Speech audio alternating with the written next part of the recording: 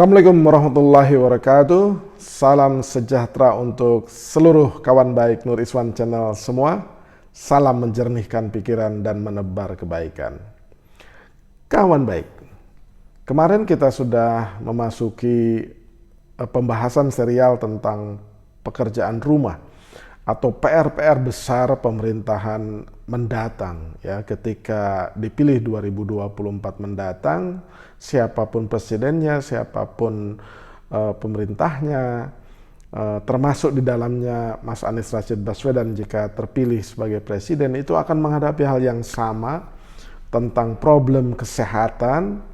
Dan kali ini kita membahas tentang minimnya fasilitas jaminan kesehatan nasional. Itu bahasa resminya, ya bahasa pasarannya adalah jumlah rumah sakit, jumlah puskesmas, klinik, dokter praktek, dan yang lain sebagainya. Ternyata di Indonesia itu rasionya masih rendah.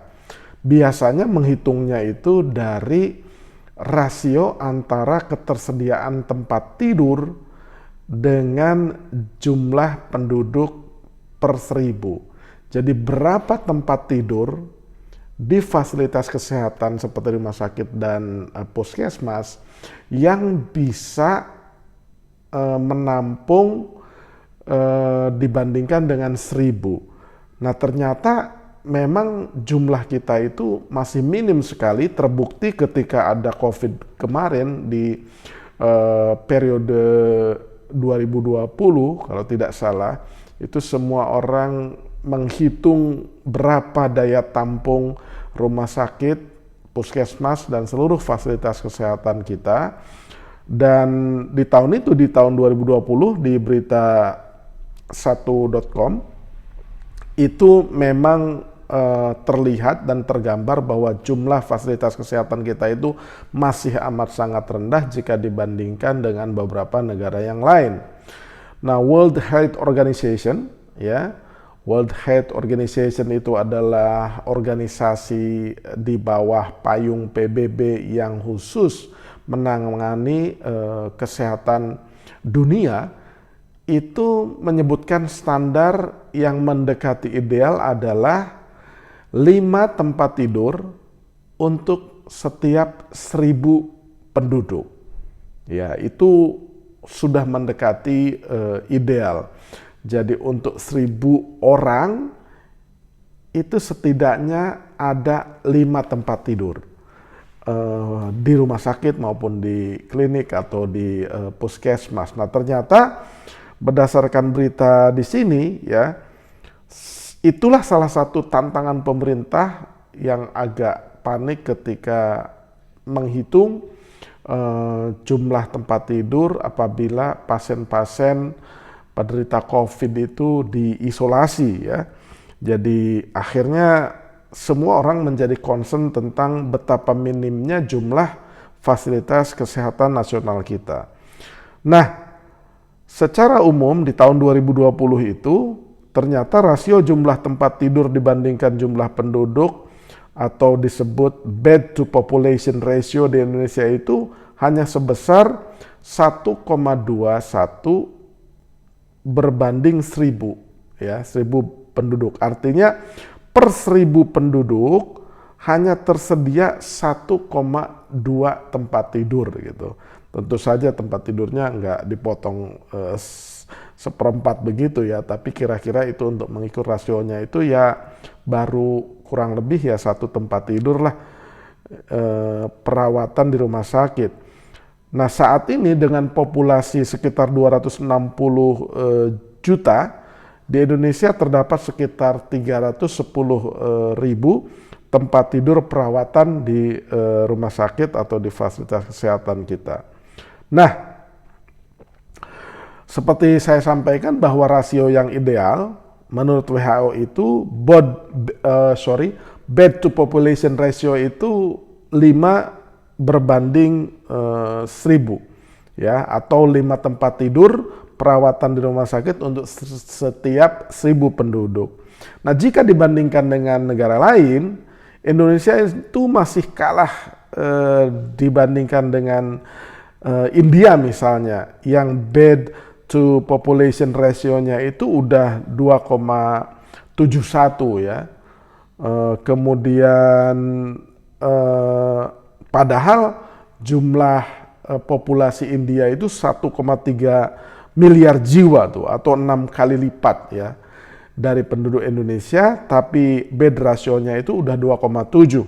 Nah kemudian di Tiongkok dengan populasi sekitar 1,4 miliar jiwa, rasionya itu sudah malah jauh lebih baik lagi, itu 4,34 berbanding 1000 ya, artinya sudah ada 4,34 tempat tidur perawatan di Tiongkok. Kemudian negara dengan rasio tertinggi adalah Jepang ya. Kalau Jepang itu 13 tempat tidur berbanding dengan 1000 jiwa. Kemudian yang tidak berbeda jauh dengan Jepang adalah Korea ya, Korea Selatan. Korea Selatan itu juga tempat tidurnya itu sudah 12 rasionya untuk 1000 penduduk. Nah, kira-kira itu ya rasio-rasio Indonesia dibandingkan dengan negara-negara lain. Jadi Indonesia itu hanya 1,2 saja. Nah, kita ingin melihat sebenarnya berapa sih jumlah fasilitas jaminan kesehatan nasional atau BPJS kesehatan per ya. Ini data terkini tentu saja dari data box katadata.co.id itu per 31 Januari 2023. Nah inilah PR yang amat sangat besar untuk pemerintahan mendatang. Jadi kalau kita lihat total seluruh fasilitas kesehatan yang terdiri dari berbagai jenis itu, kita totalnya itu memiliki sekitar 27.659 total tuh ya. Nah, kalau ditelaah lebih jauh lagi ya, menurut laporan Badan Penyelenggara Jaminan Sosial Kesehatan ya, itu yang paling besar fasilitas kesehatan itu atau Faskes biasa disebut itu adalah memang Puskesmas ya, pusat kesehatan masyarakat. Ini Puskesmas ini dirintis kalau tidak salah di zaman Orde Baru nih ya, jadi di berbagai pelosok ketika itu pemerintah membangun puskesmas. Tak heran jika puskesmas itu mencakup kurang lebih 37% dari total fasilitas kesehatan pada awal tahun 2023 ini. Nah, setelah puskesmas ya, kalau dilihat jumlah unitnya itu puskesmas di Indonesia itu dari Sabang sampai Merauke, dari Miangas sampai Pulau Rote, itu puskesmas itu berjumlah sekitar 10.283 unit. Ya. Kemudian disusul oleh klinik Pratama. Jadi sekarang pemerintah juga mendorong pengembangan atau penciptaan klinik-klinik Pratama yang biasanya ini juga diinisiasi oleh bukan hanya oleh pemerintah, tapi juga oleh pihak non pemerintah. Klinik Pratama ini jumlahnya sekitar 7.158 unit. Kemudian dokter perorangan, ya, jadi dokter perorangan itu yang membuka praktek, ya, itu sekitar 4.720 unit.